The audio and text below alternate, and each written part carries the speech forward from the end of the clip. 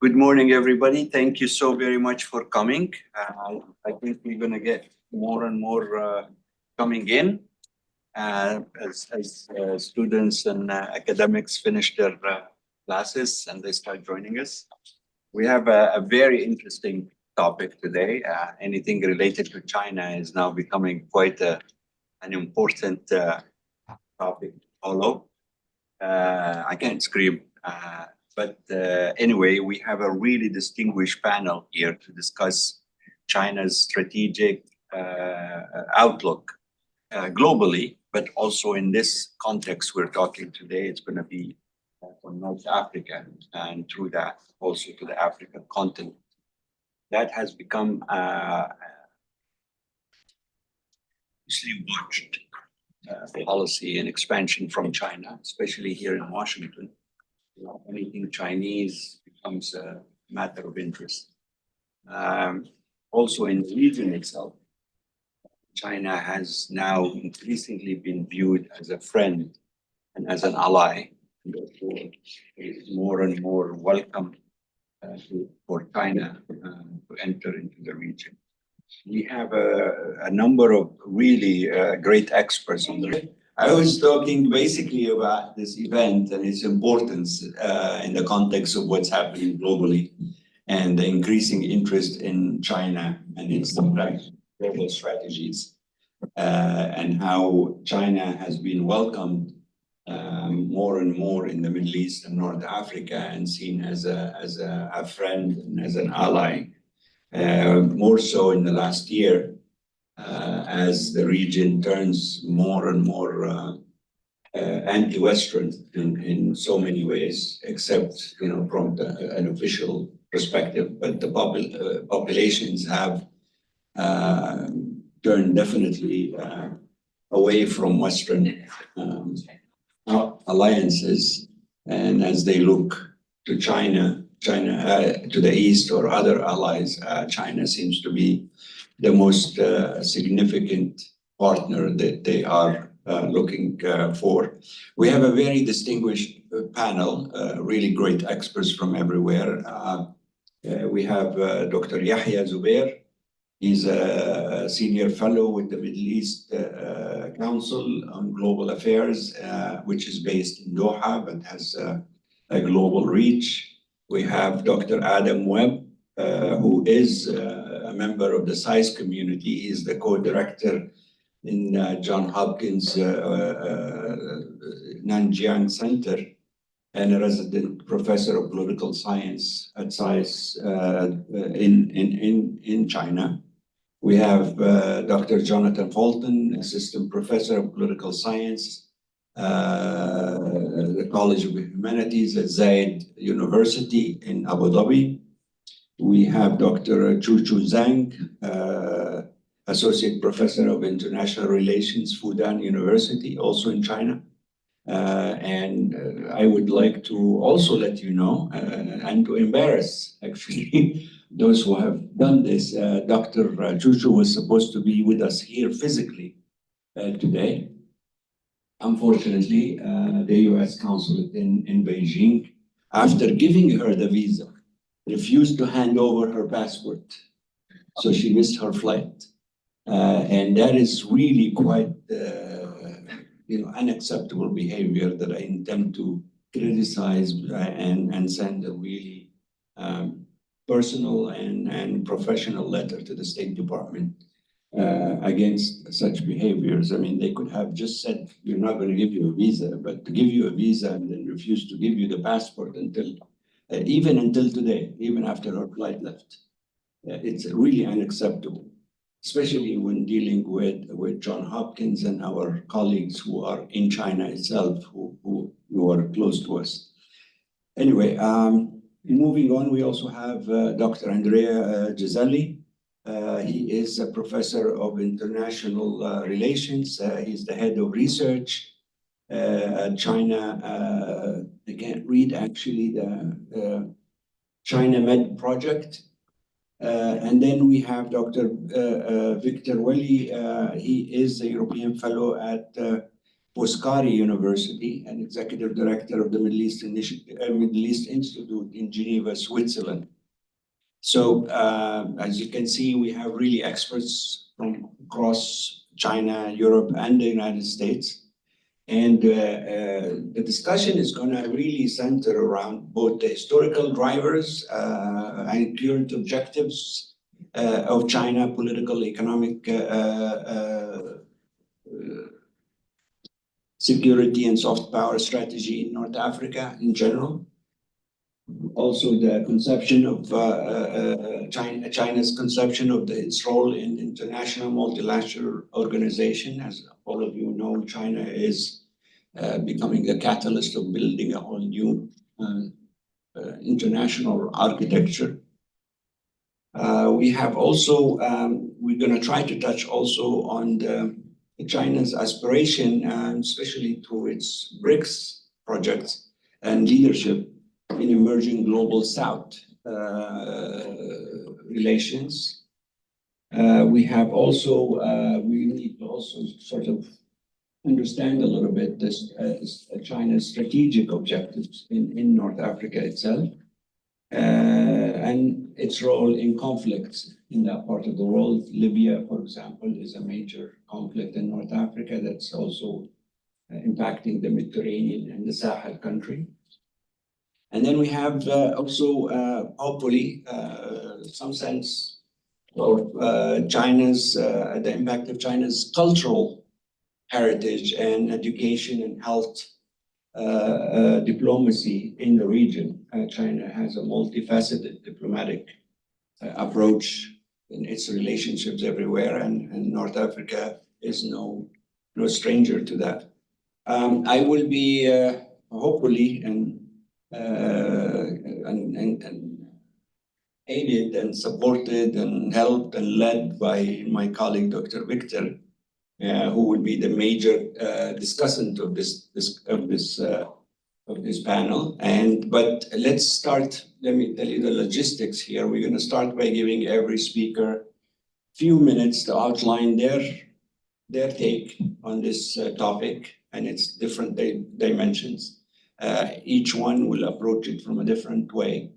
And then we will have Dr. Victor sort of at the end of the speakers list summarizing everything and highlighting some of the key issues here and as the main discussant.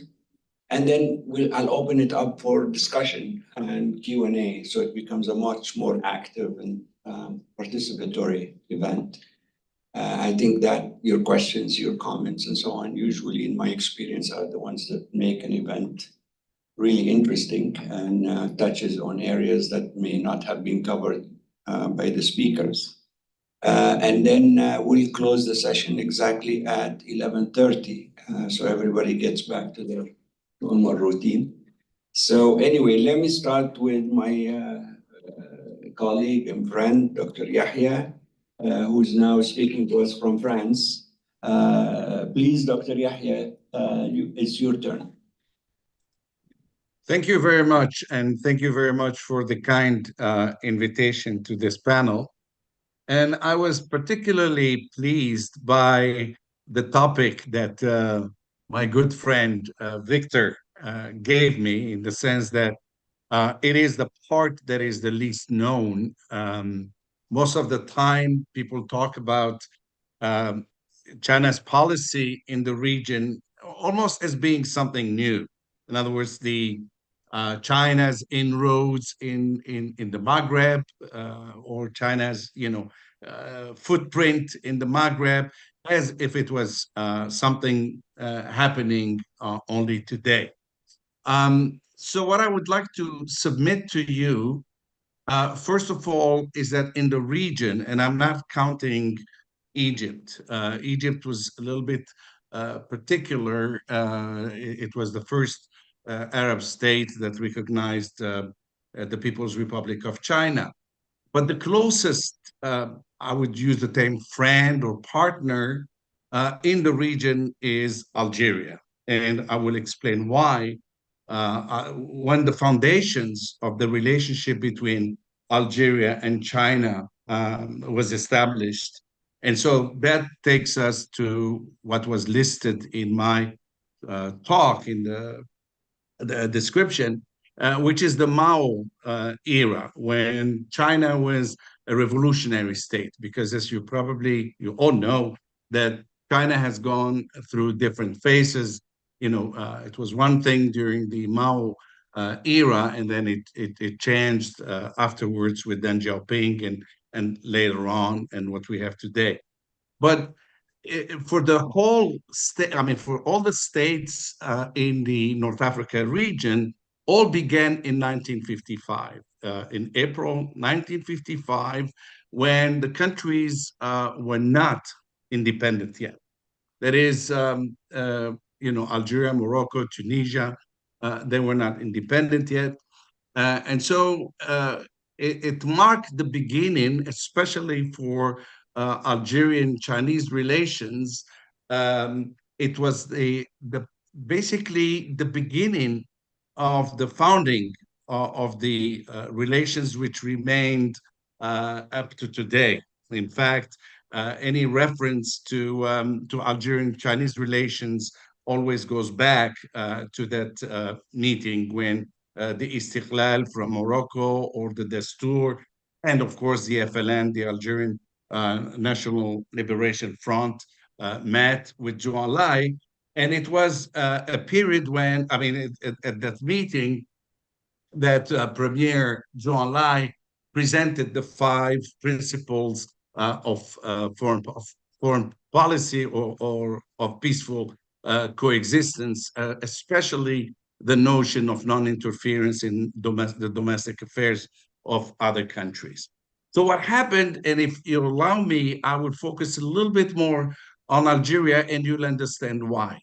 Um, After the Bandung Conference and the compact that were established between the National Liberation Front and the Chinese, Algerian revolutionaries began to travel to China.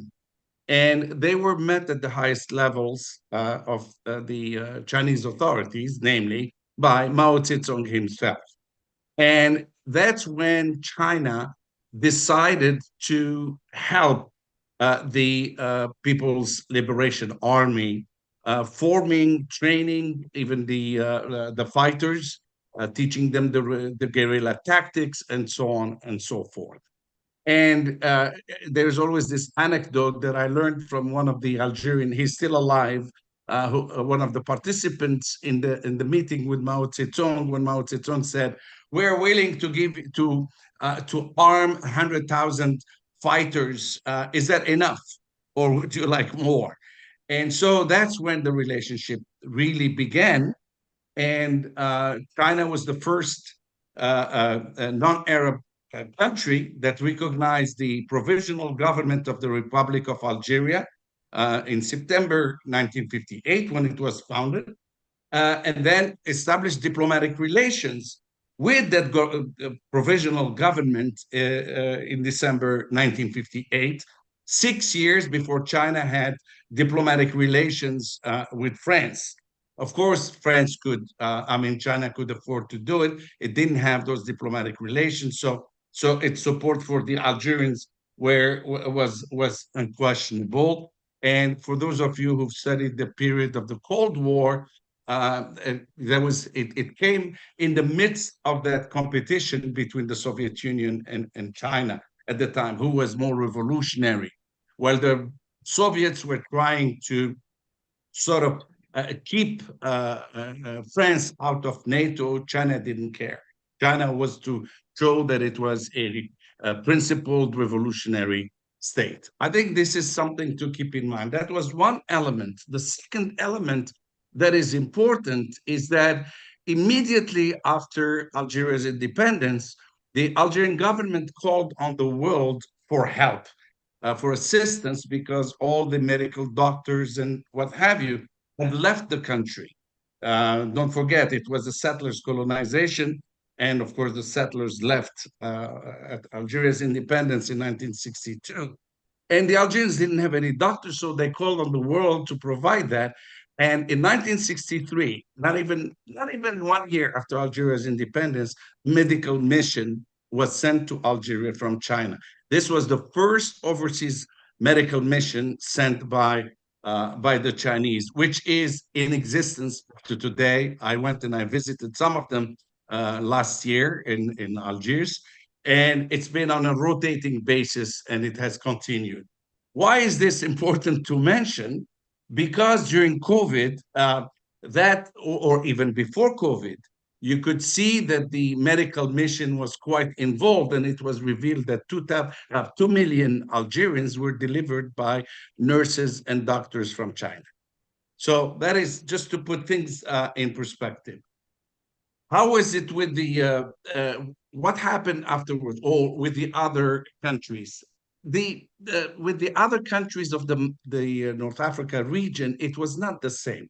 Morocco, pro-Western, but still had very good relations from the beginning. But in terms of trade or what have you, it was minimal.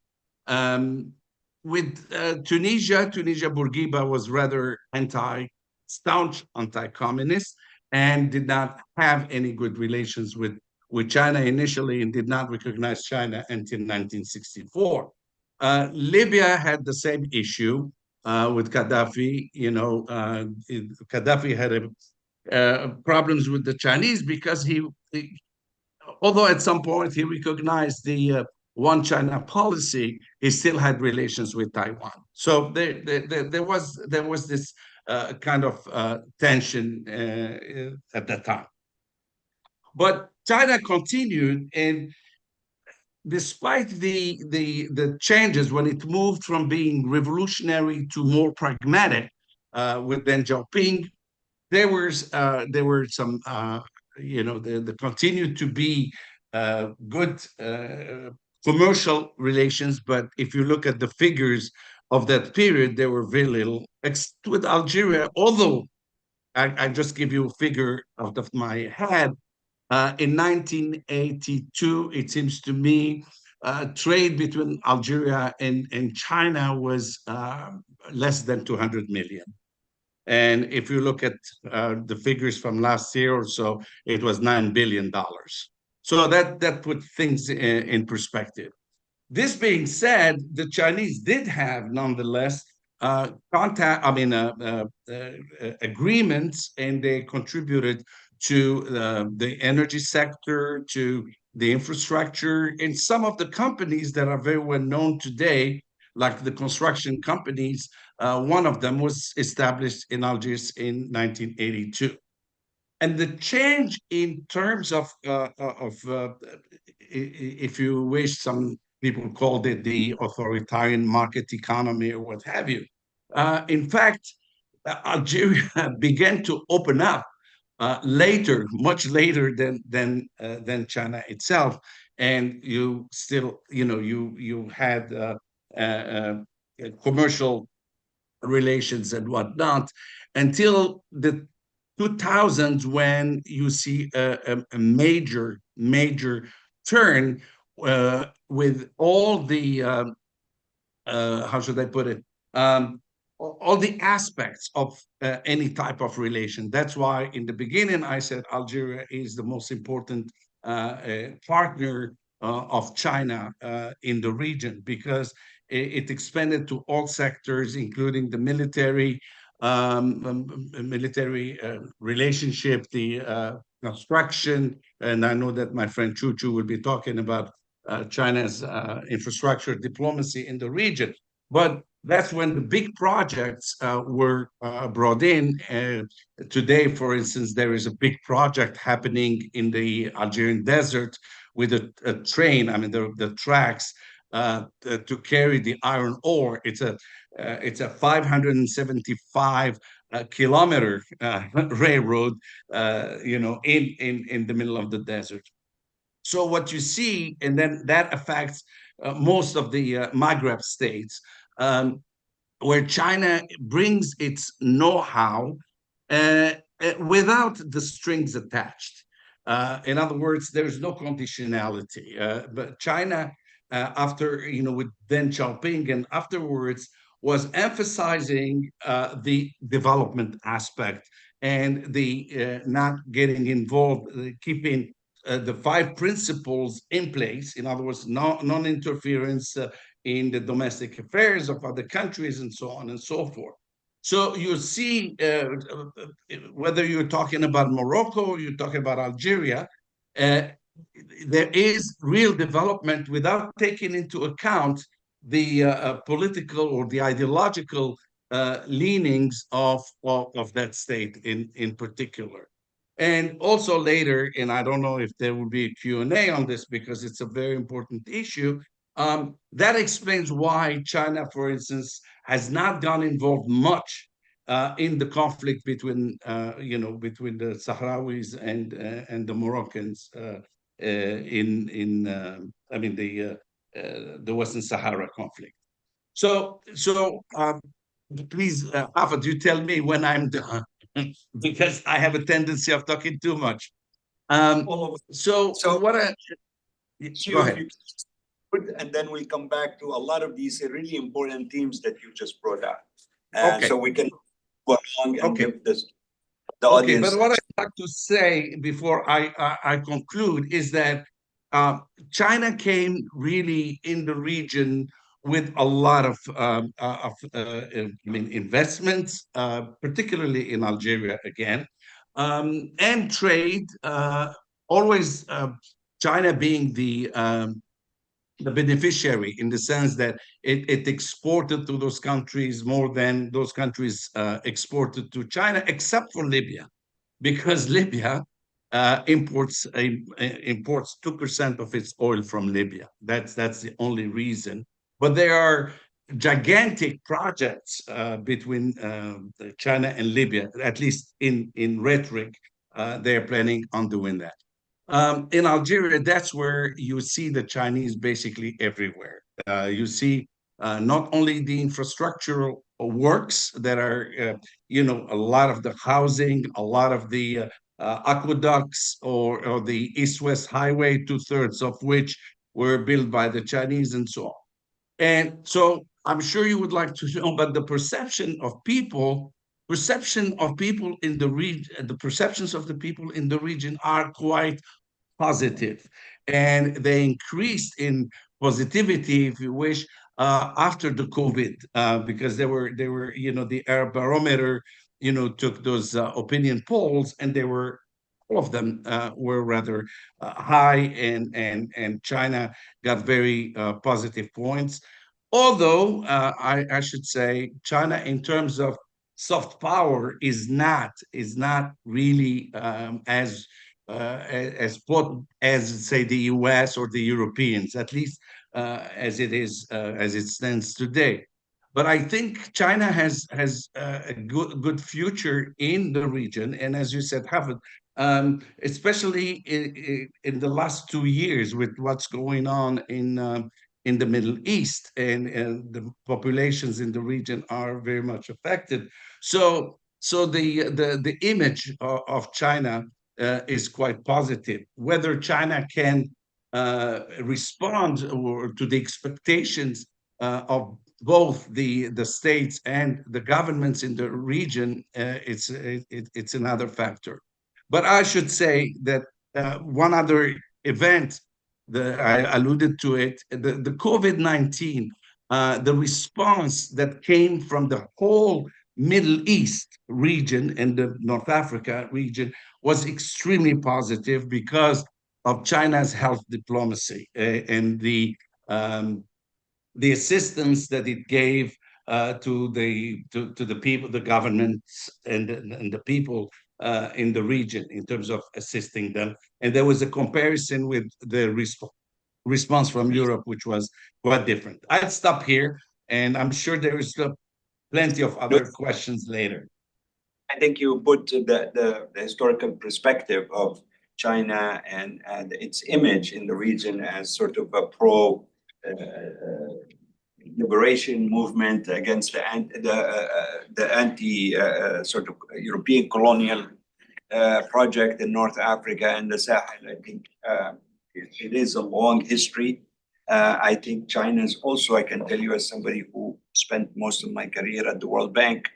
And non-conditionality in terms of its financial support to a lot of countries, it makes a huge difference in its approach. I think also China's general stand on what's happening in Palestine and Gaza also opens an enormous amount of emotional support or reliance, especially the last year that I've been watching. So thank you very much. I think we'll come back to a lot of these themes that you touched on, Dr. Yahya. Let's now Dr. Adam Webb who is co-director of our center, the John Hopkins Center, Yanjiang Center in China, and professor here at SAIS, sort of both sides of the world. He will be speaking about, mainly he's going to approach this topic from the Belt Initiative, the famous one everybody heard about. And where does North Africa play in that overall Chinese investment and infrastructure strategy? Microphone, please. Sorry? Oh, again. Sorry. I keep on forgetting. Okay, thanks. Thanks for the introduction. So greetings from the third SAIS campus, the Hopkins Nanjing Center here in China. And for those of you who aren't familiar with us, we're a bilingual graduate school and a kind of platform for looking at issues at the intersection of China and the world. So this topic, I think, is certainly a Hopkins Nanjing Center relevant topic. On a personal level, I should say before my remarks that I'm really neither a China expert. And then I think, coming here also, so China plays a prominent role in John Hopkins both here and there. We have a huge audience here that are all of Chinese students' background. Okay, shall I start? No, please. I don't think you heard me. Please go ahead. No, okay, yeah. So I was just saying on a personal level, I should say before I start that I'm neither a China expert nor a Middle East expert in the sense that one would usually use those terms. A lot of what I've done my own writing on involves more global questions about modernity and political thought, although that has brought me into topics at some points of contact between China and the Middle East. The last time I actually did field work on the ground in that part of the world was in Egypt during the Arab Spring, so just over a decade ago. And at the time, I was looking at a topic which is somewhat related to this. It was looking at cosmopolitan attitudes among activists in the Arab Spring. And in other contexts, I've also looked more broadly at some perceptions of China's rise elsewhere in the global south. So what I'm going to say today is not really on the ground in 2024, some snapshot of China and North Africa. It's more a kind of broader and more external vantage point on these issues, and to pose some questions about deeper structural factors that I think in the long term will influence perceptions of China in North Africa and China's footprint in the region. From a global perspective, I think what most of us are observing in North Africa is similar to China's expanding footprint elsewhere in the global south. We see governments, especially those of an authoritarian bent, finding in economic engagement with China more room to maneuver, room to diversify away from Western partners. I think one thing perhaps slightly different from some other regions is that given the geopolitics, the economic ties in North Africa are likely to remain primary, given how close North Africa is to the Mediterranean and NATO. I think there's little geopolitical advantage comparable to perhaps elsewhere in Southwest Asia or the Horn of Africa. I think it's hard to imagine a situation where China could ever attain a supremacy of hard power on the southern edge of the Mediterranean that would be operationally meaningful in any larger global conflict. But when it comes to the sort of economic and political relations of BRI and China's presence in North Africa more broadly, I think one way of thinking about the macro level political trend of the last decade or so in North Africa and the Middle East is the failure of what a bit over a decade ago looked for a time like a possible fourth wave of democratization.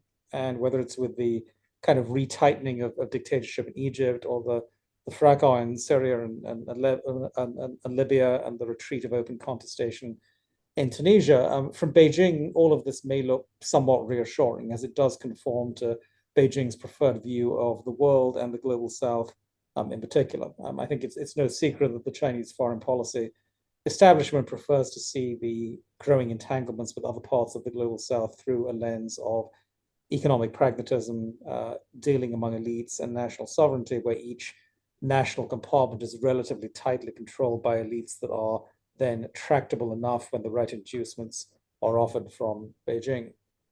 But at a deeper level, I would argue that a lot of the kind of social changes that the Arab Spring brought to the surface remain beneath the surface, despite this kind of return to political tightening. And I think these deeper structural trends and social attitudes do have important global implications.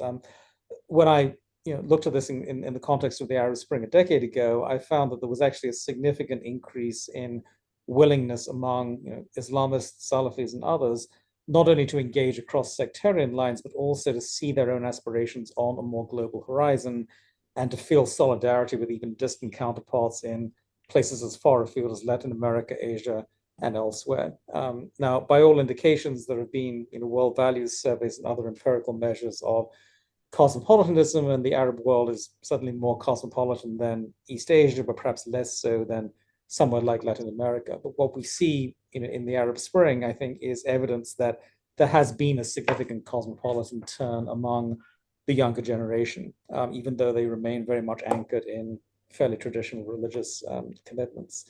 And I think this rise of what I called at the time the cosmopolitan traditionalists is reflective of a more educated youth bulge in the global South in general, which is not quite what either liberal globalization or a Chinese model would prefer. And I think in many contexts we find among young people in these parts of the world, alongside significant skepticism about the West, is also a fairly hard-edged skepticism about China as a repressive regime with clear social injustice and a willingness to employ fairly hard measures against domestic dissent. So when these kinds of activists and youth in the global South see some kinds of common ground and solidarity across the world elsewhere, they don't tend to extend that to China as this kind of simplistic narrative of China as the leader of the global South might have it. You do see some who give a benefit of the doubt to China as a non-Western power. You may see a kind of correlation in those who expect China's economic growth to continue at a fast pace. They also tend to give the benefit of the doubt, but those seem to be fairly weak bases for sustained soft power and sympathy, particularly when, if you probe more deeply into political values, there is a kind of real cognitive dissonance or disconnect between the values of many young people and the realities of how Chinese engagement in the region works and how the Chinese regime operates domestically as well as abroad. So to some extent, the larger the economic footprint in many countries, the more familiarity there is with the Chinese model, that kind of non-Western dividend, as it were, tends to evaporate. So even though the so-called fourth wave of democratization does seem to have failed in that part of the world for the time being, these kinds of deeper social realities and sympathies, I think, do continue beneath the surface. And they do raise, I'm not going to give answers, but they do at least raise questions, I think, about the kind of model that China and its present partners in governments in those parts of the world tend to favor. And there's a couple of points that I would make in elaborating on this. One is about the kinds of ties that China is building in these countries. The other is about the longer term competition between the West and China. Post-Arab Spring, I think we've seen a restoration of ties between elites and ties between states, which to a large extent occur over the heads of the population. And if you look at the stated Chinese priorities in economic engagement and things like energy and trade and investment, we see quite a lot of emphasis on things like public contracts to infrastructure, telecoms, and these are, by their very nature, by their scale, the kinds of projects that lend themselves to sort of white elephant outcomes and the primacy of political over economic and social goods. Now, admittedly, there has been this recent shift over the last couple of years in the BRI discourse coming out of China to a so-called small is beautiful logic, right? The idea that instead of huge infrastructure projects, things will be happening on a smaller scale. I would argue that that may mean a somewhat more dispersed distribution of economic largesse. I would argue that the mental map has not fundamentally changed, and there is not any greater commitment in the BRI model to genuine bottom-up participation, which does tend to play into the kind of counter-narrative from many Western governments that there is little Chinese engagement with civil society or long-term capacity building. And so we see this kind of political bargain in places like Egypt, where the Chinese government basically says nothing about the Sisi regime's repression. At the same time, the Egyptian government says nothing about policies towards Uyghurs in China and the like. That kind of elite dealing and a mutual understanding, I think, comes quite naturally in the BRI model. At the same time, if you look at some surveys across countries, including Afrobarometer, I think last year, we also do see some significant declines in the perception of Chinese influence being positive in both Morocco and Tunisia. So there is this kind of deeper vulnerability in public opinion, I would argue, particularly to the extent that increasingly, young people with a certain level of education and global awareness are getting their information about the world from outside the sort of national media ecology. These are not societies in which there is this kind of controlled access to information that perhaps a Chinese model domestically would find more familiar. So I think there is a limit to how long one can maintain this kind of lid on public opinion and this kind of cognitive gap between what is convenient in interstate relations and what may be happening on the ground in terms of public opinion and perhaps more natural sympathies. So even though Beijing is using this BRI model as one of its strategies for building soft power in the global south, including in North Africa, even though it is doing this in part to provide an alternative to Western hegemony, it is, I think, confronting a global landscape that is much more socially mobilized than in previous eras of contention between great powers. It's a much more mobilized, much more fluid population, which I think has more democratic impulses, perhaps, than we might have seen in previous generations. The second and last point I would make is that when it comes to Western competition with China in the region, there are a couple of different blind spots. So if Beijing's blind spot is how multi-layered these countries are and how much society matters, right, and how much the social landscape can change beneath the surface of these kinds of elite political arrangements.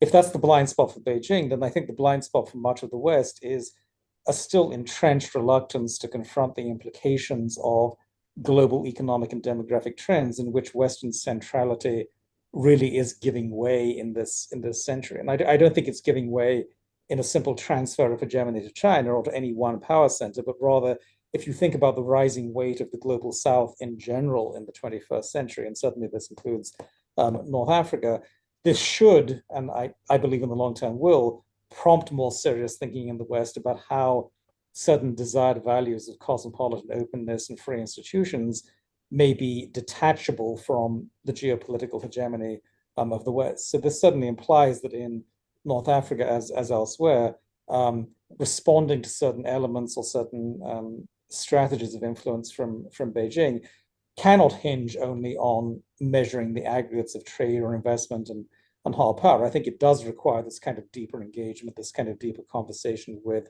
society and the more diverse aspirations that seem to be emerging on the ground, particularly among the younger generation. And on any kind of macro level scale, I think a lot of that sort of contest depends on a kind of bargain, right, of what the West and what China is offering to the global South. And this is not just a question of competing for relative influence in some zero-sum sense. I think the West will only be able to connect convincingly to the public in these countries if coming to terms with the end of the end of a kind of West-centered world is already a presupposition of global dialogue. I think the conversation to some extent needs to go beyond simply whether Western investment or BRI is bringing more benefits, but more a question of the kind of long-term architecture and capacity building in society. And I think things like the European neighborhood policy and so on, they may be a kind of a small indication of what this would involve, but there needs to be something a lot more comprehensive in the long run. But I think both the West and China need to take account of how what is happening in society beneath this kind of layer of economic aggregates and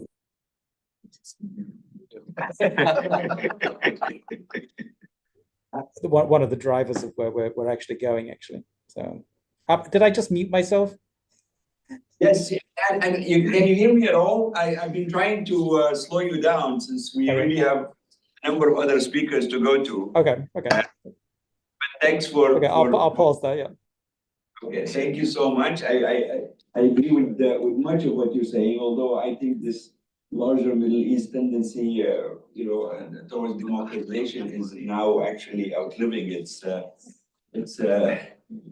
popularism in the region. I think now, after especially the Gaza war, there is an enormous skepticism about Western commitment to real democracy and human rights globally, and I think that leads people to thinking of other alternatives that are at least a little bit more honest and straightforward than the hyperbole of this stuff. Anyway, we move on to Jonathan.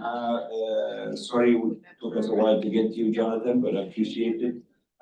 Jonathan is a professor of political science at Zayed University in Abu Dhabi.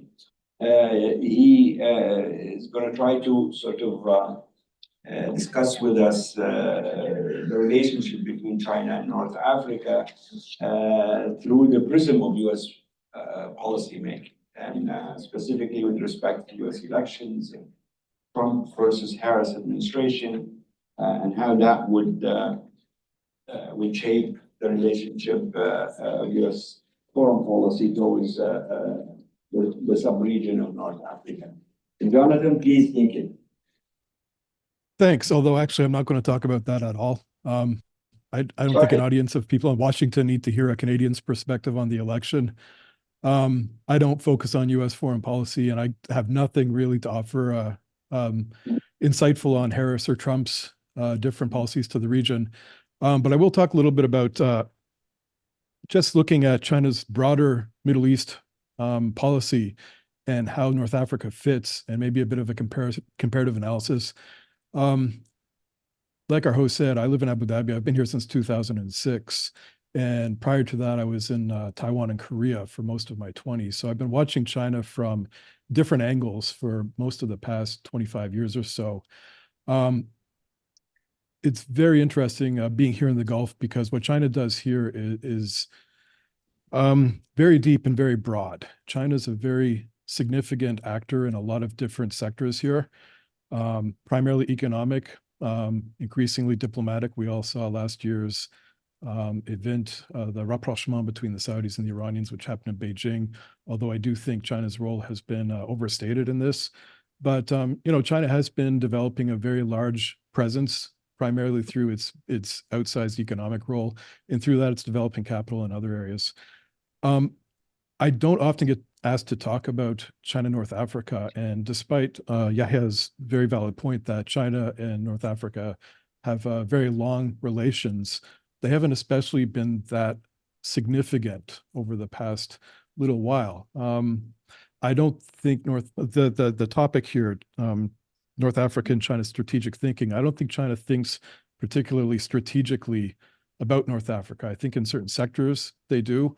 You can see like in the auto sector, for example, there's been a lot of strategic maneuvering into places like Morocco in recent years to develop a bigger footprint. But I think really North Africa has been modest in China's broader Middle East presence. I think the Gulf is really the load-bearing pillar of what China's doing in the region. Certainly, China's presence here is much larger. China's engagement with companies, with tech, with finance, with trade, with politics is pretty large. Tutu and Yahya and I were all invited to an event in Beijing in 2019. It was the last time I was actually in China, and Chatham House and Grandview Institute in Beijing co-hosted another event that also was talking about China, North Africa as a strategic partnership. And I was a little, I wouldn't say I was dismissive, but I was cautious, saying that, again, looking comparatively, you just don't see enough to really warrant the idea that China's engaging with North Africa very strategically. But it has been increasing. It's interesting for me. I host, or I publish, a newsletter that looks at China and the Middle East, and I've been publishing since May, and I'm usually putting something about 4 or 5 times a week. It was interesting in May, the China Arab States Cooperation Forum was hosted in Beijing. And North Africa was quite interestingly represented. You saw, President Sisi made a trip. I think it was his 8th or 9th trip to China since he took power in a decade ago. They held a China-Egypt summit. There were lots of pledges for deeper commitments to work in investment and working in the new capital district and all sorts of things. President of Tunisia visited. Tunisia and China signed a strategic partnership agreement, which, again, the strategic partnership I think is interesting. It's a diplomatic tool China uses. Rather than alliances, it has a strict non-alliance policy, but instead they use a hierarchy of partnerships to designate which countries.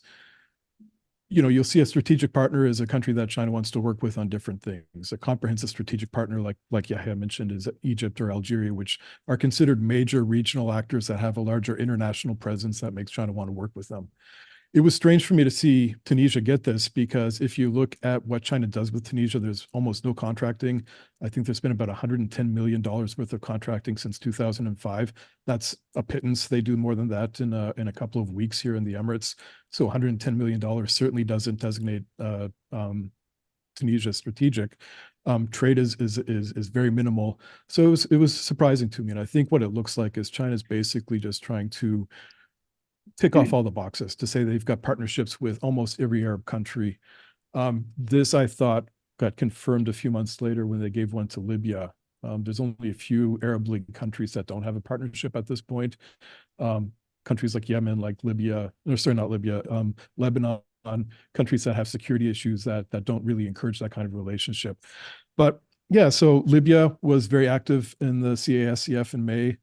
There was a delegation that came from Libya. They talked about bringing Chinese companies back to continue working on projects that stopped back in 2013. There was an economic forum that was held between China and Libya. Just a lot of momentum. And it struck me as interesting because typically you don't hear about that. You don't hear China doing a lot of stuff with North African countries. And suddenly I started to hear a lot more. And I've been watching it more closely. I'm publishing these stories in my newsletter pretty frequently. What I see is Egypt continues to be the central actor. With Egypt, what China's doing, I think, does almost qualify as strategic. There's been a joint naval drill. Since then, there's been a Chinese contingent that went to Egypt for an air show. They've been trying to sell some pretty sophisticated weapon systems. They're working a lot more closely with the Egyptian government on a lot of things.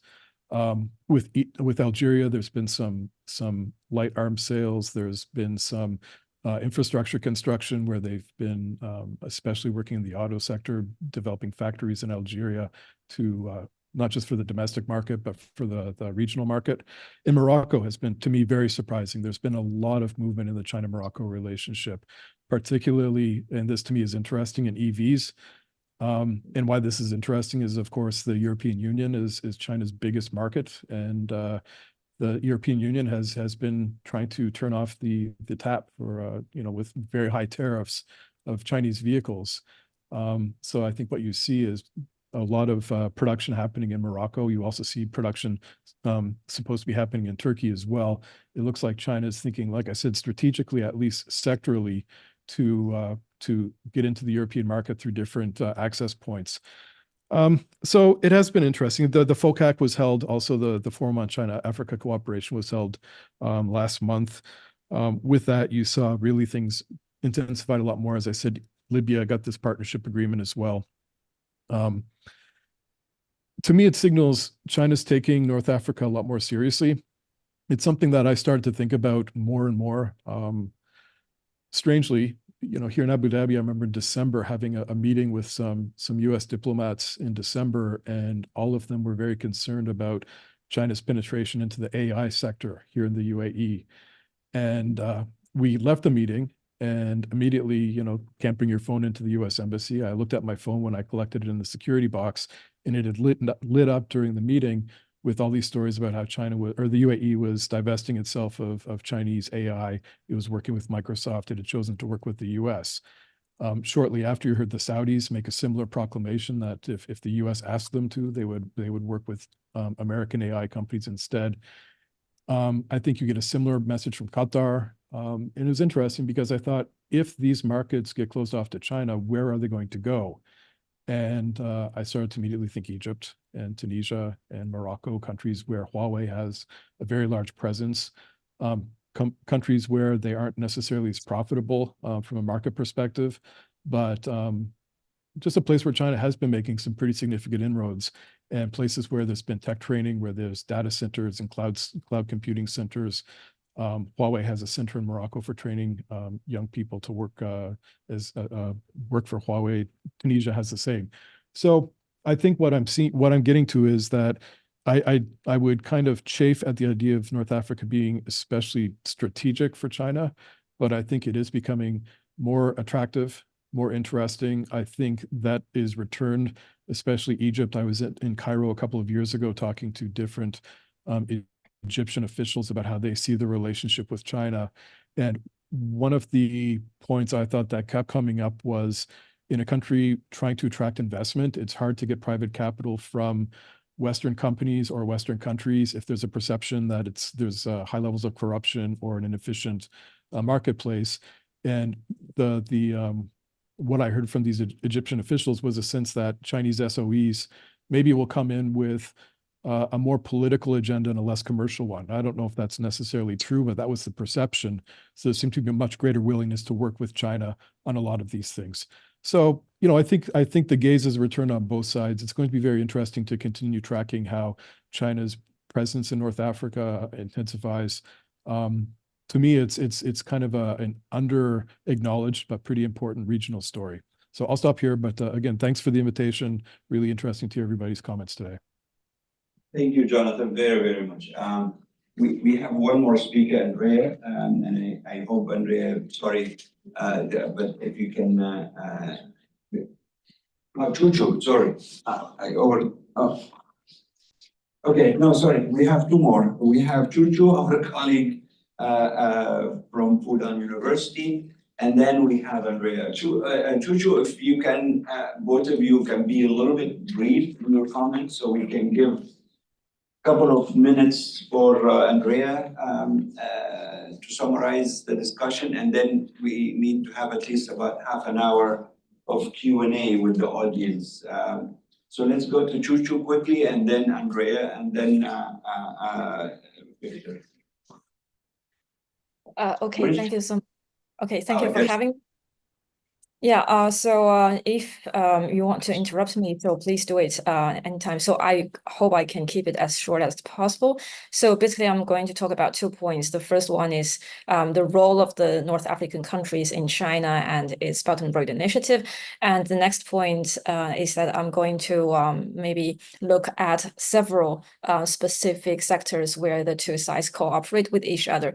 So first of all, as many of our colleagues have already mentioned, North Africa is not a priority of China's foreign policy.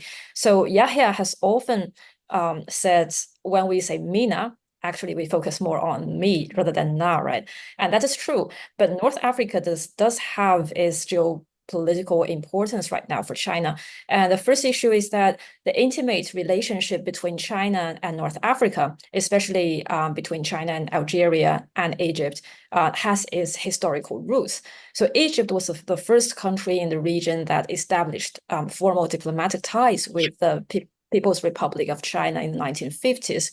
And the Chinese people will never forget that thanks to Algeria, the People's Republic of China finally became the only legitimate representative of China to the United Nations in the early 1970s.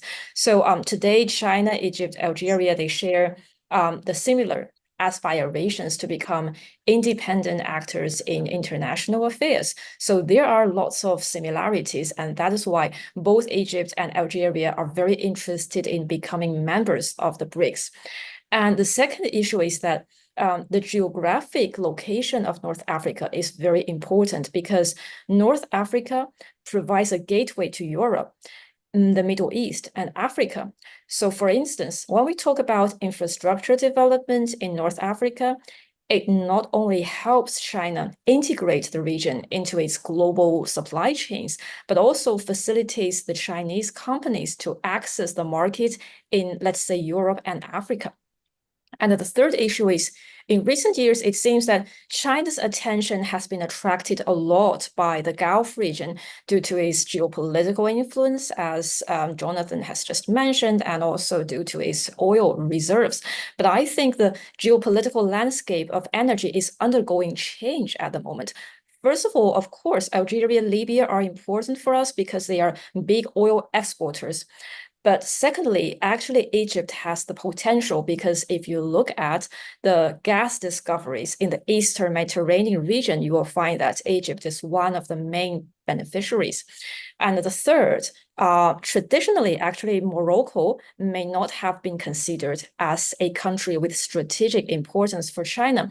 But now things have changed, and Morocco is very important because Morocco achieved a breakthrough in lithium iron phosphate batteries. And it has the world's largest phosphate reserve and free trade agreements with strategic partners such as European countries. So for China, actually China wants to, going into the sector of new energy. So Morocco has already become a preferred destination for investment in the battery and electrical vehicle industries. So now we can come to different sectors of collaboration. The first thing is soft power strategies, as many of us have already discussed. So it's very interesting that although China and Algeria have very good relationship, China does not have Confucius Institute in Algeria. And secondly, China's presence in these countries is very interesting because actually, as Adam has already pointed out, so we have the problem of soft power. So that is why you find a very interesting phenomenon is that in the countries where China does not have a big presence, such as Tunisia, the local people have a great impression of China, actually. And so why is that? I have often, thought about this question, why is China very weak in terms of soft power? There are a lot of reasons. First of all, China is very good at communicating with its own domestic audience rather than the external audience. Because the mindset is very different, language skills are lacking, and also we have, different personal activities. So it's like the Chinese people in the region, for instance, in Algeria, although there are like 100,000 Chinese residents there, they don't engage with the local society a lot. And also, I would say, actually, there is a misunderstanding about China because actually, I think China has the inward-looking mindset. So it means that China does not care a lot about the others. So for instance, we often talk about the difference between Chinese approach and Western approach. We often say there is a Chinese model that is challenging the Western model, whereas I don't agree with that because actually, for instance, China does not even know what the China model is. And actually, China does not want to export its model because we often say that it is the, Chinese model with Chinese characteristics. That is what you have heard of it. And when you add the words with Chinese characteristics, it means that it cannot be copied to the other societies. And actually, it's very interesting because when the Western worlds, they approach the region of the Middle East and North Africa, when they say, okay, you are authoritarian regimes, what they want to do is to transform them into a democratic society. Whereas for China, it doesn't care at all about the institutions of the other countries. So whatever institutions you create is fine. We only care about your positions on Taiwan issues, for instance, and as long as you want to do business with us, then we can deal with each other, that's all. So I would say if China has an approach, then it's an inclusive approach. It doesn't really care about the others, institutions or regime types. And that is a problem with the soft power, because when you talk about the Chinese characteristics, it means that it's very hard for you to develop your soft power, because the others will think, okay, so it's your culture is different from us, and you are with Chinese characteristics, so we can't really communicate with each other as we are supposed to do so.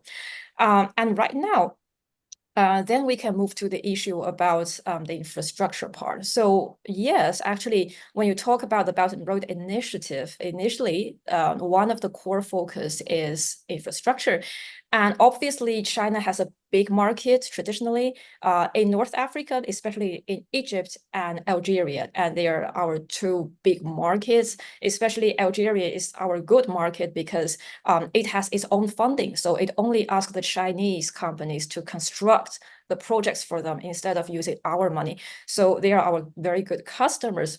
But right now, regarding infrastructure for the Belt and Road Initiative, I think there is a change because actually the Chinese government has realized that infrastructure, the traditional physical infrastructure like railway, like train stations, like airports or seaports, actually it does not bring a lot of profits for us. And also it takes a long time for you to invest in it. And also it's very risky because let's say if there are terrorist attacks or whatever, then you can't get your profits back.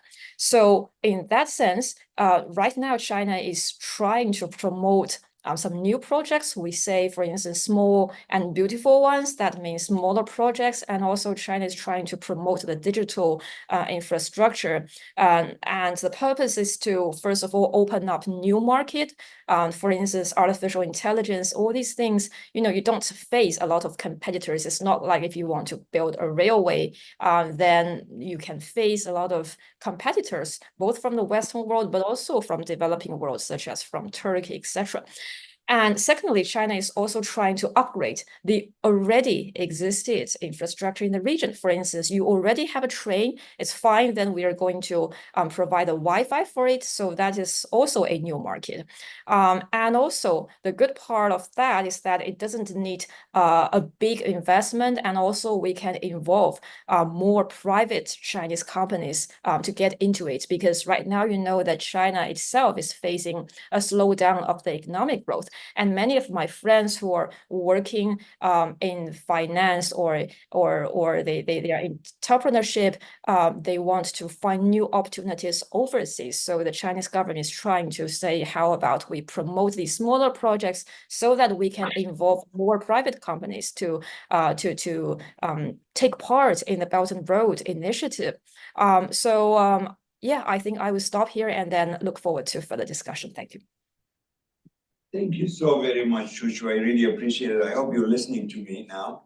And you can hear me, and I want to extend my sincere apologies for what happened regarding your visa and your travel plans. That was really a terrible thing, and please accept my sincere apologies, and I promise we will make everything possible to bring you specifically to Johns Hopkins here by a special invitation from us to hear you and have you engage with our students. I think you have enormous things to contribute. So we'll definitely get in touch with you to try to arrange for this to happen. And we will be filing an official complaint about what happened. Andrea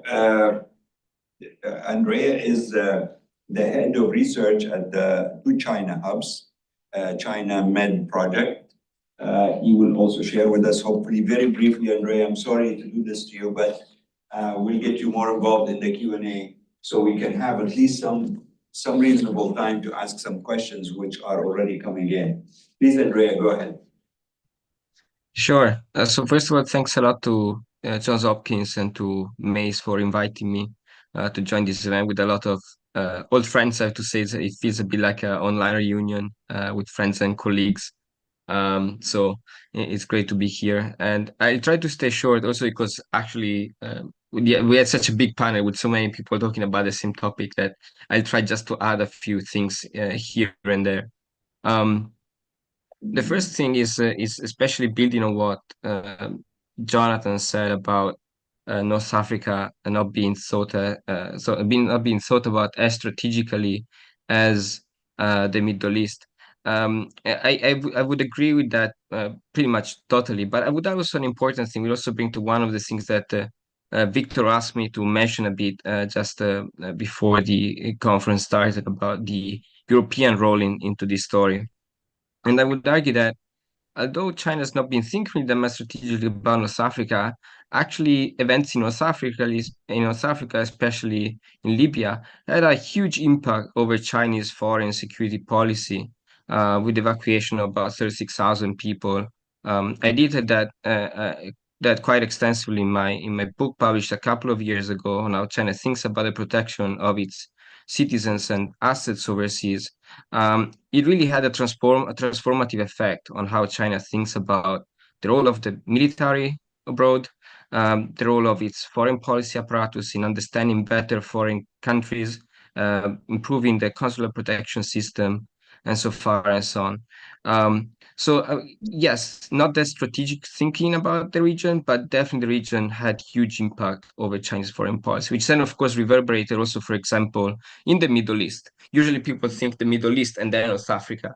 But actually, if you look, for example, at China's behavior in Syria, that was heavily influenced by the dissatisfaction with the no-fly zone imposed in 2011 over Libya.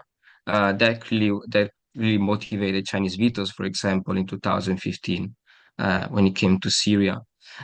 So I think that's important to keep in mind, although maybe there are different approaches between the two parts of this macro region, North Africa and Middle East, they're actually intimately connected, even in Chinese foreign policy, even though that's usually not a connection that is necessarily intentional. So I think that's an important thing to keep in mind. Now, going to the European angle, actually, to a large extent, the Europeans participated into this, as indeed many European countries, including Italy, UK, France, and so on, were part of the NATO campaign in Libya. And this, I think, is just one of the many data points that one can see in the Sino-European relation and North Africa into this, that I think shows that maybe China is not the only actor here that does not think that strategically about the region, and especially about other countries and other actors in there. Because actually, if we think about how, for example, Europeans think about China in the region, I think we can see a very strange evolution that is very difficult to make sense of, a bit like everything European foreign policy, but including China and North Africa. For example, there was the honeymoon period of the early 2000s in which China and Europe seemed destined to be strategic partners, lifting of the arms embargo and so far and so on. And for a moment, it seemed that Chinese and Europeans were talking about the same things. For example, fight against terrorism, stability, and so forth, all using the same words, but actually very different understandings. And these differences really emerged later on in the 2000 Libya, again, being a case point, but also more broadly, also essentially how that essential gap that exists in how China and Chinese and Europeans understand key ideas, again, for example, regional stability or development. I think Adam mentioned that the failure of the democratization wave, and that clearly shaped also how Europe started to look at China, as of course Europe wanted a liberal democratic North Africa, liberal democratic neighboring region. And China, of course, played a different role into that picture, much more pragmatic, not be so interested in development as a product of political reform, development really about economic development in the first place. And I think we see, however, I think it took quite a while for Europeans to update their view of China. And I think, again, I'm from Italy, so I think I can give you a very good example. In 2006, China expanded its contribution to the UNIFIL mission in Lebanon. And that expansion was announced when the then Italian Prime Minister was actually in Beijing in 2006, Romano Prodi. Fast forward many years later, in 2022, the Italian Ministry of Defense publishes a policy paper on security in the Mediterranean, which China is listed pretty much on the same paragraph with Russia, describing it as pretty much essentially the same kind of threat, despite the fact that actually two highly different actors with very different means and instruments and also goals in how they approach, well, the world, but especially North Africa and Middle East. And this, of course, this video was colored by the Russian invasion of Ukraine, but also I think it shows this very radical change, and one that actually a change that happened very late. Because reality, again, if you look at the website of the China project, we have been showing that actually China was not, as Yahia mentioned, was by no any means a new actor in the region. Just Europeans realized that much later. Actually, Chinese investment have been growing significantly. So long story short, um, yeah, we'll just conclude very last sentence. It's not just China maybe not thinking very strategically about that, but also other actors and Europeans that should care a bit more about their neighborhood probably are a bit more guilty of that. So I'll stop here. Again, I look forward to the comments and questions. Thank you very much.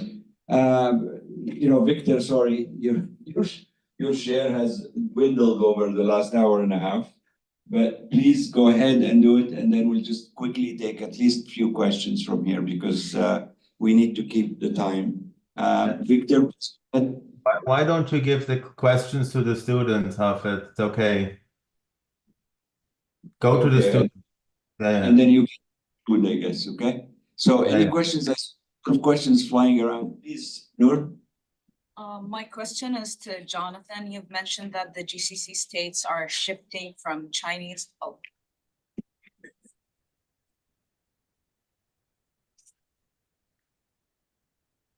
My question is to Jonathan. You've mentioned that the GCC states are shifting from Chinese to US AI companies.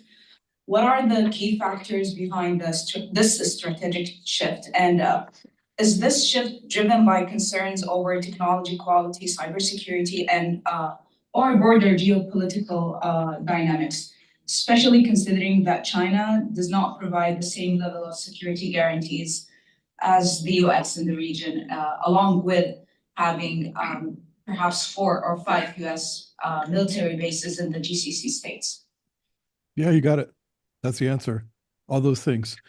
I mean, there is the Gulf countries can afford the best in class, and when you see what, especially Microsoft and the ecosystem for AI in the U.S. is the best in class right now.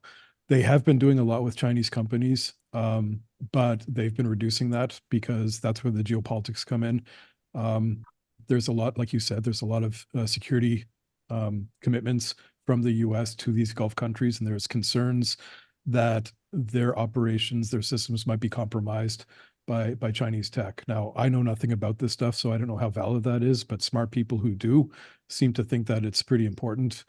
And Gulf countries have been willing to acknowledge that, so they've been scaling back. I think what you see, it doesn't mean they're completely divesting across the board. It's mostly in the stuff that's seen as the critical AI. You can still see a lot of Chinese companies. So literally 3 kilometers from my house, there's an AI university that's got a lot of Chinese profs.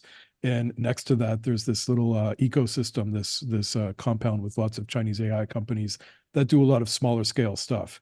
But on the really big, like the large language model, the things that the UAE is trying to do, the more ambitious stuff that links to critical infrastructure is where you see they're really building that firewall. Yes, I saw. Okay, let's start with you and then we'll come to you. Please go ahead. Please.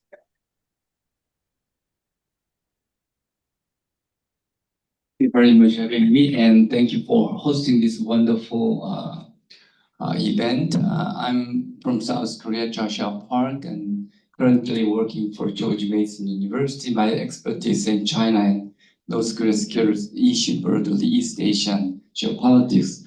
My question is to Professor Adam Webb. Is there any African countries who oppose to having China money, which is because their opposition mostly from public, because as we know, China money does not interfere with domestic politics, and most of the African countries who has authoritarian regime, they could sustain their political power with China money. Then, with respect to such political context, general public of African countries may oppose to having money when their government will have China money.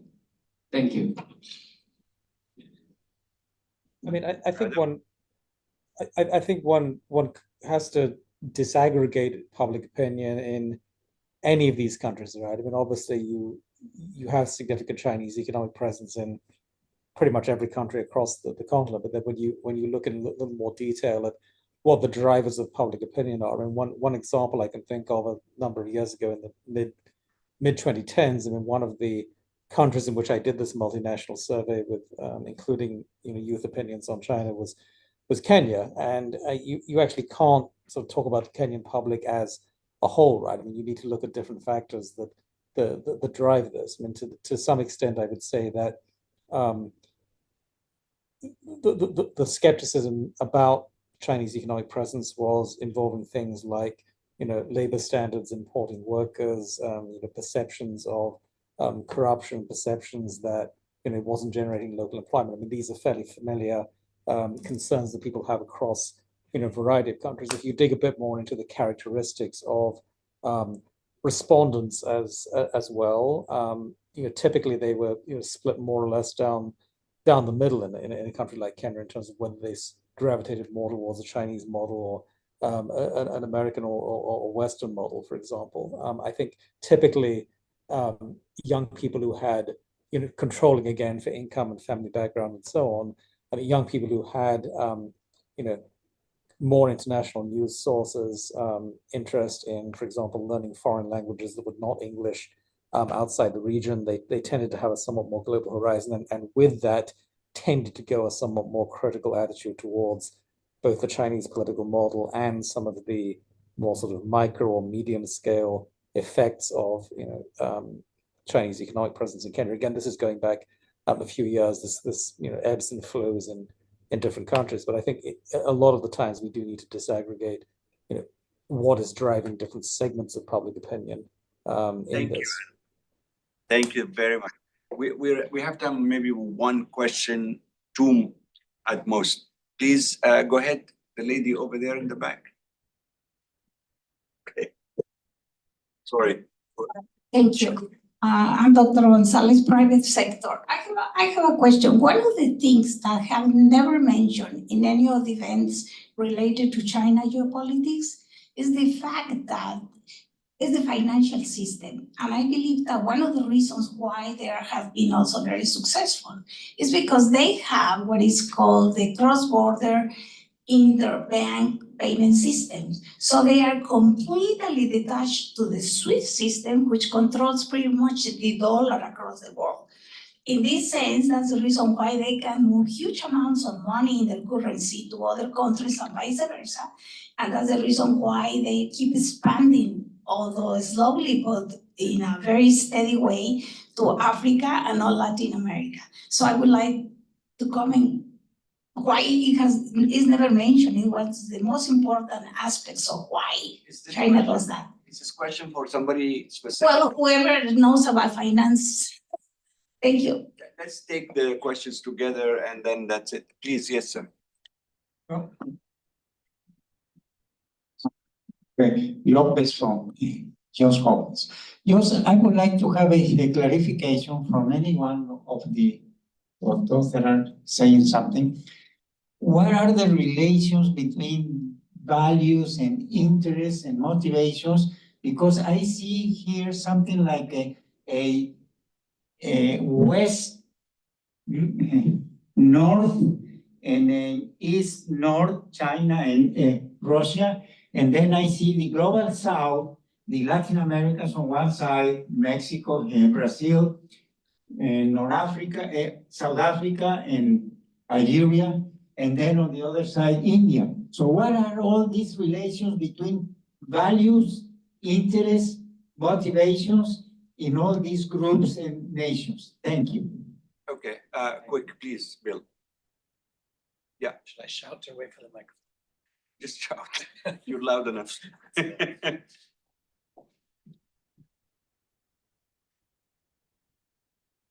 Anyone on the panel could address this question, but I'll point to Andrea because I know he sort of knows the answer. But one of the things that connects a bunch of the comments that made, but that wasn't articulated in the panel, just a question. yeah, is that China's learned a lot of lessons and is applying those lessons. 6 Huawei scandals, bad investments in Kenya, Angola. It sort of deals with Africa as a unit. So Andrea mentioned a couple of lessons learned, particularly vis-a-vis Libya, 2 or 3 key ones. But I was wondering, Andrea, if you could say a little bit more about how China's shifting strategy, and there is a shifting strategy for North Africa as part of Africa, how lessons learned are reshaping it, and to what degree China is looking for high value in its investments rather than high geopolitical value. Okay. Very quickly, we're going to start with the financial issue. I think Jonathan might be the most, the guy who's been focused on a lot of this economic and financial aspects of China. So Jonathan, if you can answer that question. I'm sorry for laughing. I was just thinking when you said why don't people talk about it? You've got a bunch of political scientists here, so we're not very good with the finances. So I can't actually answer this. I mean, I've been watching how China's using things like digital currencies, central bank digital currencies to move things but I don't understand it. To me, it's all black magic. So I can't really speak to finance. Sorry. Has a specific answer on the financial aspect of Chinese.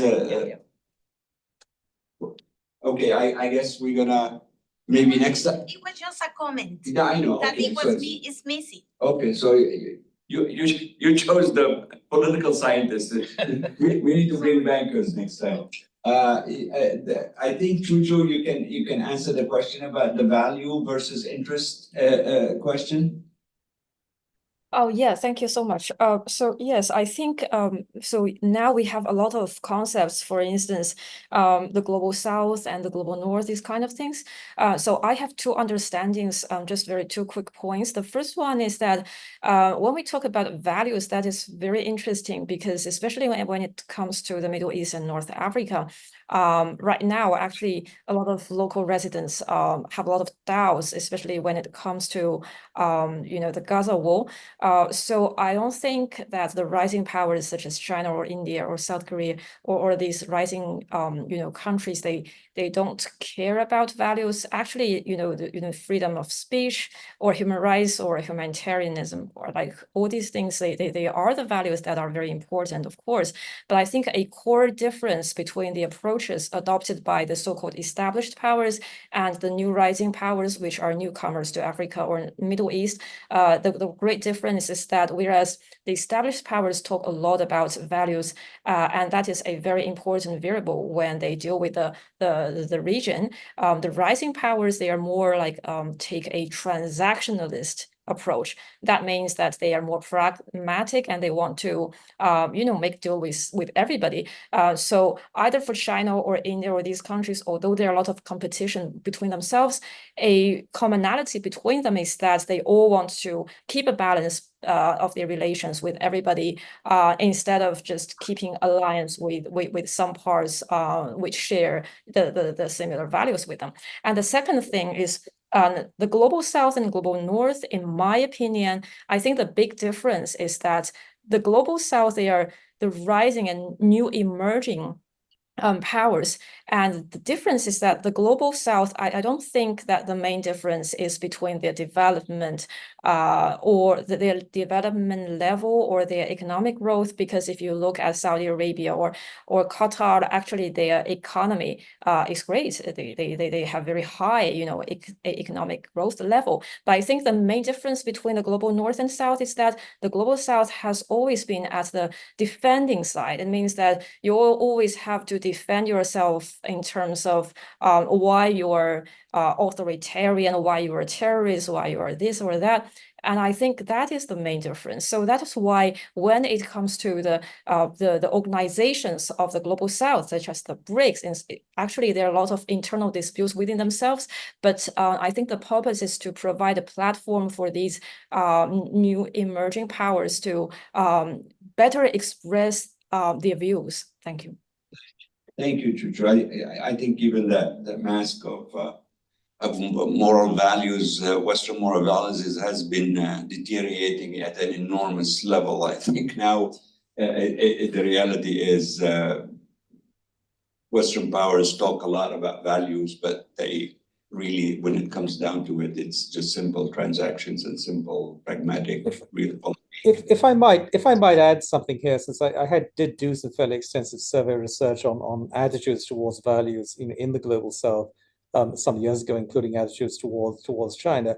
It may be true that certain governments and elites are taking a transactional attitude. I mean, certainly the greatest enthusiasts of BRI are elites with a transactional outlook, but it's not transactional priorities that drove youth in Cairo into the streets during the Arab Spring. It's not transactional goals that brought out the white paper protests in Shanghai. I mean, if you look at actual populations on the ground, I think values matter quite a lot to them.